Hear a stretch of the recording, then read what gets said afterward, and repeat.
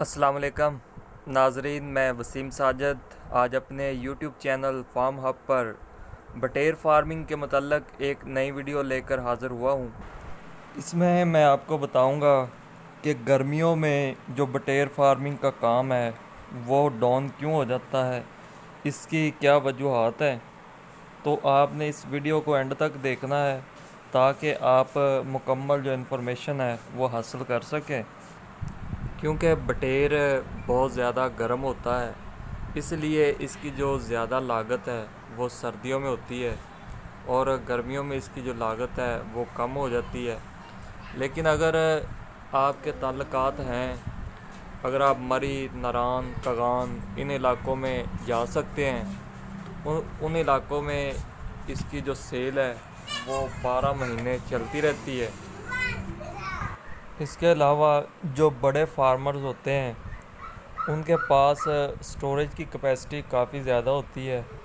جیسے ہی ان کا بٹیر تیار ہوتا ہے تو وہ اسے ذبح کر کے اس کا گوشت بنا کر پیک کر کے رکھ دیتے ہیں۔ لیکن جو چھوٹے فارمر ہوتے ہیں ان کے پاس سرمایہ بہت کم ہوتا ہے تو وہ سٹور نہیں کر پاتے، تو اس لیے وہ بٹیر بھی نہیں پالتے کیونکہ لاگت اس کی کم ہوتی ہے۔ اور جو بڑے فارمر ہوتے ہیں انہیں سٹور کرنے کا یہ فائدہ ہوتا ہے کہ انہیں کسی بھی وقت اگر کوئی آرڈر مل جاتا ہے تو وہ تیار گوشت ان کو سیل کر دیتے ہیں 800-900 روپے پر کے جی، تو ان کے لیے یہ بڑا فائدہ مند رہ جاتا ہے۔ سردیوں میں جو سوپ بنانے کا کام ہے وہ بہت زیادہ ہوتا ہے۔ جو لوگ شہروں میں ہوتے ہیں وہ اس چیز کو بخوبی جانتے ہیں، اور بڑے ہوٹلوں کے اندر جو اس کا سوپ ہے بہت زیادہ سیل ہوتا ہے، لیکن گرمیوں میں اس کا سوپ بالکل استعمال نہیں کیا جاتا۔ تو اس وجہ سے بھی بٹیر فارمنگ کا جو بزنس ہے وہ ایفیکٹ کرتا ہے، کیونکہ یہ بہت چھوٹے پیمانے پر تیار کیا جاتا ہے تو اس کا استعمال بھی اسی طرح ہی ہے۔ لیکن جو مرغی فارمنگ ہوتی ہے اس میں یہ ہوتا ہے کہ وہ بڑے پیمانے پر تیار ہوتا ہے اور اسی طرح ہی وسیع پیمانے پر جو اس کا استعمال ہے وہ ہوتا ہے۔ لیکن جو بٹیر فارمنگ کا کام ہے یہ اس سے مختلف ہے۔ اس کا گوشت صرف شوقین لوگ ہی کھائیں گے، ہر بندہ اس کو استعمال نہیں کرے گا، تو اس لیے گرمیوں میں یہ چیز بھی اس پر اثر انداز ہوتی ہے۔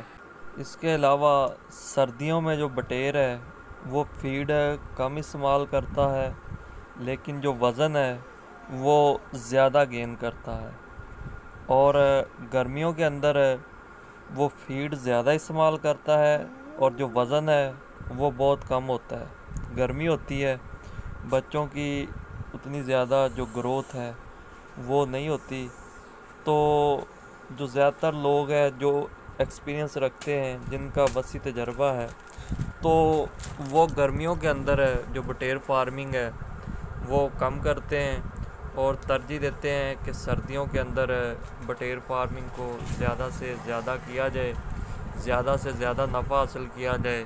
سردیوں کے اندر 23 سے 27 دن کے اندر جو بٹیر کا وزن ہوتا ہے وہ تقریباً 100 گرام سے اوپر چلا جاتا ہے۔ لیکن گرمیوں میں جو سارے بچے ہوتے ہیں، سارے بٹیر ہوتے ہیں، ان کا وزن 100 گرام سے اوپر نہیں جاتا، کچھ کم رہ جاتے ہیں، کچھ زیادہ ہو جاتے ہیں۔ تو لوگ پھر اس وجہ سے بھی اس بزنس سے پیچھے ہٹنا شروع ہو جاتے ہیں، کیونکہ ہر بندے کا مقصد تو نفع کمانا ہوتا ہے۔ جب نفع نہیں ہوگا تو لوگ بزنس نہیں کریں گے۔ ویسے ایک بات ہے کہ بٹیر فارمنگ کے اندر نقصان کے جو چانس ہوتے ہیں وہ کم ہوتے ہیں۔ آپ کا جو پروفٹ ہے وہ لو ہو سکتا ہے، لیکن اگر آپ کہیں کہ آپ نقصان میں جائیں تو آپ نقصان میں نہیں جا سکتے۔